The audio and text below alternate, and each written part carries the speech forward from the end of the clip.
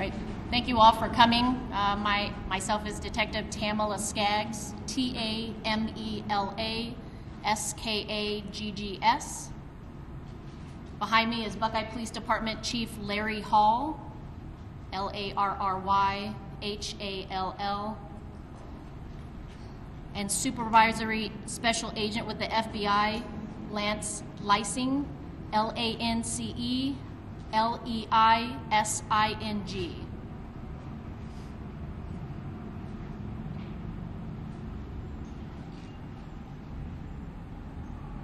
Is everybody good to go? Okay. All right. In the early morning hours of July 18th, 2016, 10-year-old Jesse Wilson disappeared from his family home in Sundance, a neighborhood of Buckeye. Jesse was a bright, energetic, caring young man who was well-liked by his friends and teachers. From the moment he disappeared through today, the Buckeye community has joined together in solidarity to help bring Jesse home by dedicating countless hours volunteering, searching, and praying. We in law enforcement have been overwhelmed by the outpouring support for Jesse and are eternally grateful for the continued assistance. Approximately 2 weeks ago, March 8th, 2018, a Buckeye municipal employee discovered what appeared to be partial human skeletal remains in the area of State Route 85 and Broadway Road in Buckeye. That employee immediately reported his findings to law enforcement. A subsequent search of the area was conducted and additional remains were found. These remains were collected and submitted for forensic analysis in hopes of establishing a positive identification. It is with great sadness that we are here today to announce that those remains have been identified as 10-year-old Jesse Wilson. Like so many of you across our community, we are devastated by this news. While that is not the outcome of which we hoped, we want to stress that this is not the end of this investigation. The Buckeye Police Department, along with state and federal partners, will continue pursuing this investigation until its conclusion. We believe this case will be resolved and Jesse deserves nothing less. We will take a few questions at this time. Have you been in touch with Crystal Wilson? Crystal Wilson has been notified of the remains found of Jesse Wilson. She has been in contact with our department. Is she in Arizona? We know that she is out of state. Is she being considered a suspect? You know, from the beginning of this investigation, we haven't ruled out anybody as a suspect, so we are continuing to be in contact with her. Yes, ma'am. How do you believe the boy's body got to the field? Do you believe that is where he was deceased, or do you believe he was transported there? You know, like we said in the release, this is an active case, so all of that information will be part of the investigation. Is there anything about those remains that can lend to a theory of how the remains got out there? You know, not at this time. It's still early that they were found, so that will be a part of the investigation as well, and that'll be stuff our investigators will work towards. What do you call this at this point? Is this a homicide investigation? This will be a homicide investigation, yes, sir. Any idea how long those remains might have been out there? You know, that also is a part of the information or the stuff that we are waiting to get from DPS. Were all the remains found in one location? That they were not. We do have several remains that were found, and they were scattered within that area. How were those remains confirmed? Did you take a DNA profile from one of the biological parents? Yes, ma'am. So the DNA obtained during the investigation was recently the DNA profile obtained from recovered remains was compared to DNA from Jesse Wilson's biological father. The comparison of the DNA profiles by DPS Public Safety Crime Lab confirms that was Jesse Wilson. So what does this do? This investigation has been going on for about 21 months now. How does this change the investigation in regards to the next 1 month, 2 months, 3 months? Yeah, you know, this provides us as additional information that we didn't have before. So we will continue to work this investigation like we have been, but it does provide us some information that we didn't have that we can try and work off of. What is that information? Just with the remains being found, we can try and determine cause of death, how long the remains have been out there, and those types of Do we things. not know cause of death as of now? Not at this time, no, sir. Will we be able to get cause of death? You know, that I'm not sure of. It depends on how long they've been out there, if those were the original location they were found in. So that is undetermined at this Can time. you explain then how this gets us any closer to a potential suspect in regards to who did this? Again, that is all information that's part of the investigation. So no, we don't. Not at this time. Yeah. Do Jesse's siblings remain in DCS care with a foster parent?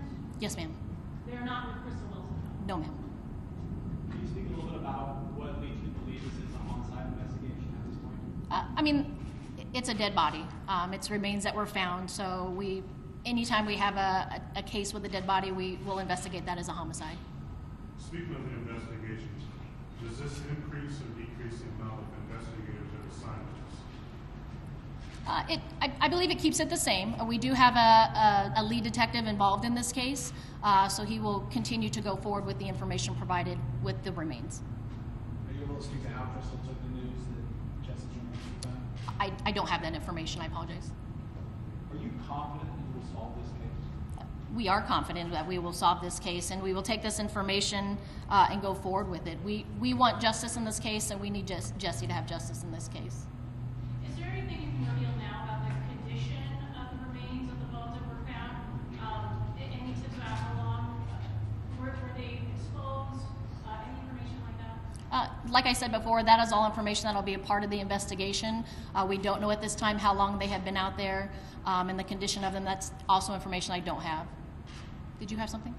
Yes, I just wanted to double check how long you were actively searching along with members of the community, as you said, in the summer of 2016. How long were people out looking, and was that field ever examined by searchers? We do know that that area was examined by a search. We know that during that partial of that time that the area was underwater, and also, again, we don't know how long that those remains were out there.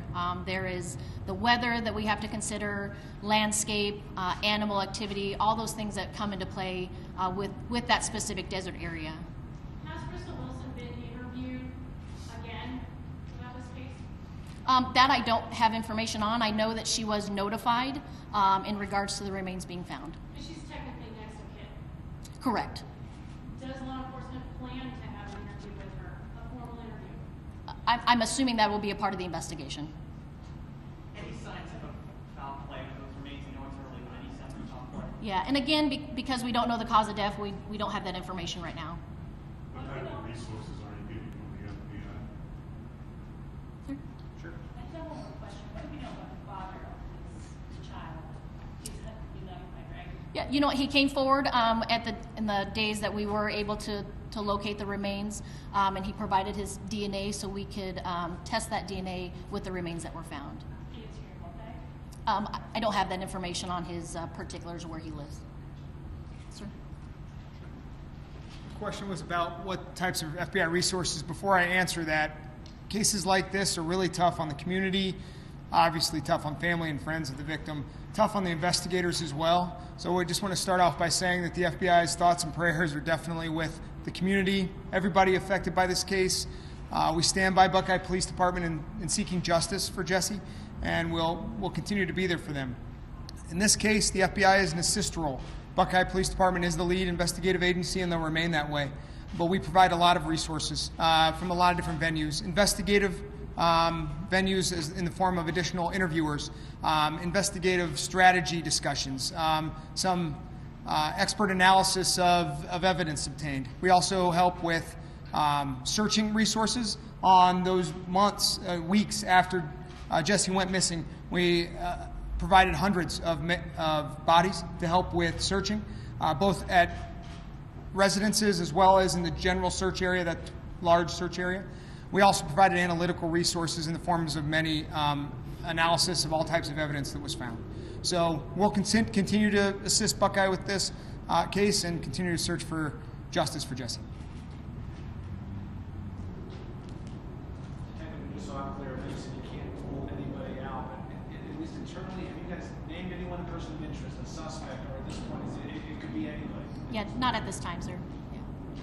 Is the tip line that you guys been very close to, is that still Thank you for saying that. I was going to address that. So with this new information found in regards to this case. We are still accepting tips, and we want credible information. If anybody knows any credible information as to the location that Jesse was found in, or credible information in regards to this case. So we do still have that phone number, 623-349-6411, or our email address, bpdtips@buckeyeaz.gov. Thank you for that. How many tips have you gotten previously into either the inbox or through the voicemail? You know, I apologize, I don't have that information offhand. That would have gone directly to our investigators. Chief, are you to speak? Unless you want me to. I'd love to.